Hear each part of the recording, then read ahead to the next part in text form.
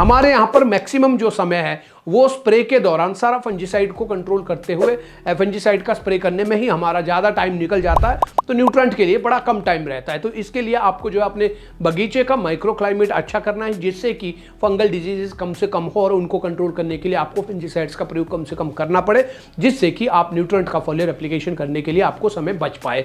इसके अलावा अगर आपने ड्रिप इरिगेशन सिस्टम इंस्टॉल किया है तो आपका जो न्यूट्रेंट्स का फॉलियर एप्लीकेशन है वो जो है आपका बच सकता है। आप फर्टिगेशन के थ्रू न्यूट्रेंट्स देंगे और ऊपर फिर आपका फंजीसाइड का फॉलियर एप्लीकेशन रहेगा, और बीच में अगर कोई इंसेक्ट आ रहा है तो इंसेक्ट के लिए या माइट के लिए आपका 1-2 फॉलियर एप्लीकेशन होगा खाली। तो इससे जो है आपका समय बच जाएगा, फॉलियर एप्लीकेशन के लिए आपको टाइम मिलेगा।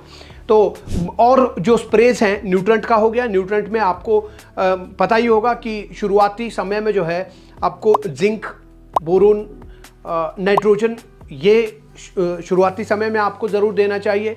इसके साथ आप बायोस्टिमुलेंट का प्रयोग ज़रूर कर सकते हैं, फ्लावरिंग से पहले की मैं बात कर रहा हूँ। फिर डेवलपमेंट स्टेज में आपको नाइट्रोजन ज़्यादा जिसमें होगा उसका प्रयोग आपको करना चाहिए।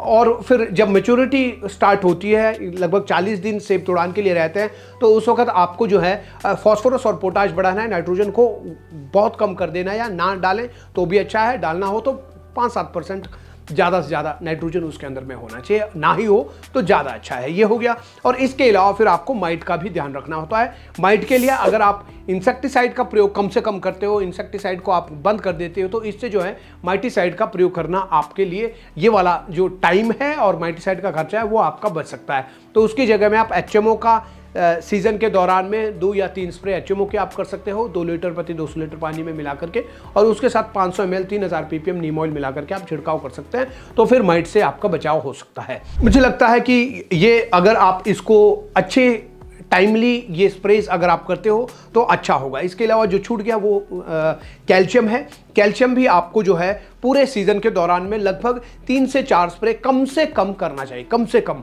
और जिस साल बारिशें ज़्यादा होती है उस साल कैल्शियम की कंजम्पशन जो है प्लांट की तरफ से ज़्यादा हो जाता है, जिसकी वजह से बिटर पेट की भी दिक्कतें आती है। तो ज़्यादा बरसातें जिस साल में हो तो उस साल आपको कैल्शियम की स्प्रे 5 से 6 स्प्रे जो है ज़रूर करनी चाहिए। नहीं तो सॉइल एप्लीकेशन के माध्यम से भी किया जा सकता है, ड्रिप के माध्यम से भी कैल्शियम दिया जा सकता है, जिससे कि फॉलियर एप्लीकेशन को थोड़ा कम किया जा सके।